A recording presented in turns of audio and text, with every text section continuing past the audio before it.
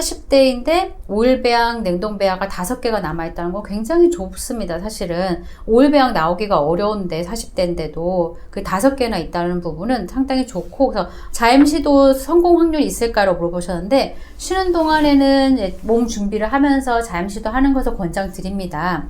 오일배양까지 간 배아가 지금은 5개 정도 개수가 많은 상태로 보아서는 배아는 괜찮구나, 배아가 괜찮다는 걸 전제로 하게 되면 굳이 외부에서 난자와 정자를 만나서 수정을 시키지 않아도 내 몸에서 임신 시도를 했을 때, 즉 자연 임신 시도를 했을 때 정자와 난자가 만나서 수정도 되고 분열도 되면서 배아 자체가 잘 활발하게 만들어질 수 있는 환경을 가지고 있다는 것을 우리가 유추해 볼 수가 있습니다. 근데 착상이 이제 한 번도 안 된 부분이 있고, 한 번은 1차 피검사 수치가 이제 낮게 나왔던 부분이 있어서 양질의 내막 부분을 잘 만들어낼 수 있어야 되고, 착상 결합력을 높이는 게 필요한 부분입니다. 그거는 시험관 시술을 하든 자연 임신 시도를 하든 2개 다 해서 착상 부분에 대한 환경 개선이 필요한 부분입니다. 착상 환경 개선을 하지 않으면 자연 임신 시도도 해도 결과가 이제 비임신으로 나올 수밖에 없고, 또 냉동의식을 하게 되더라도 결과가 좋지 않게 나올 가능성이 있습니다. 지금과 동일한 착상 환경으로 시도하지 마시고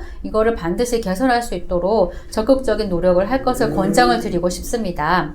착상을 위한 내막의 조건은 3가지 조건이 있습니다.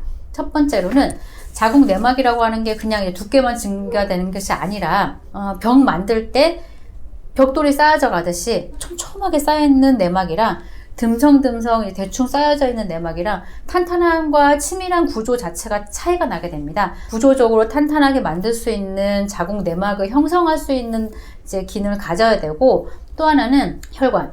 자궁 내막이라고 하는 부분은 주로 이제 혈관으로 구성되어 있는데, 그 혈관이 원래 있던 혈관으로 영양 공급을 하는 게 아니라 새롭게 가느다란 혈관들이 많이 생겨나야 됩니다. 매달. 모세혈관과 나선혈관이 그 부분에 팽배해져 있어야 되고, 혈액을 충분히 가진 충만된 상태로 충혈되어 있어야 됩니다. 이 부분도 상당히 중요한 기능인데, 착상 능력이 떨어지는 분들은 이 혈관 분포가 좋지가 못하고, 혈관이 분포되어 있어도 혈액이 충분히 공급되지 않기 때문에 내막이 하얗게 보인다든지, 혹은 내막 자체가 영양 공급이 잘 안 되면서 울퉁불퉁하게 두께가 불규칙하다든지, 혹은 내막이 얇다든지, 아니면 내막은 괜찮은데 내막이 질적으로 떨어진다든지 하는 양상들을 볼 수가 있습니다.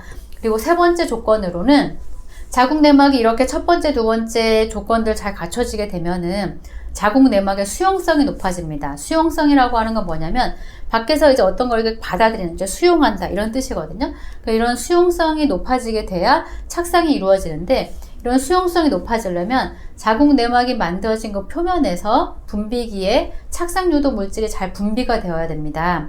이 부분이 어려운 기능이에요. 치밀하고 탄탄한 구조를 만들고 안쪽에는 혈관이 이제 팽배하면서 잘 충혈 기능을 가질 수 있지 않으면 이 착상 유도 물질 분비 기능을 아예 가질 수도 없습니다.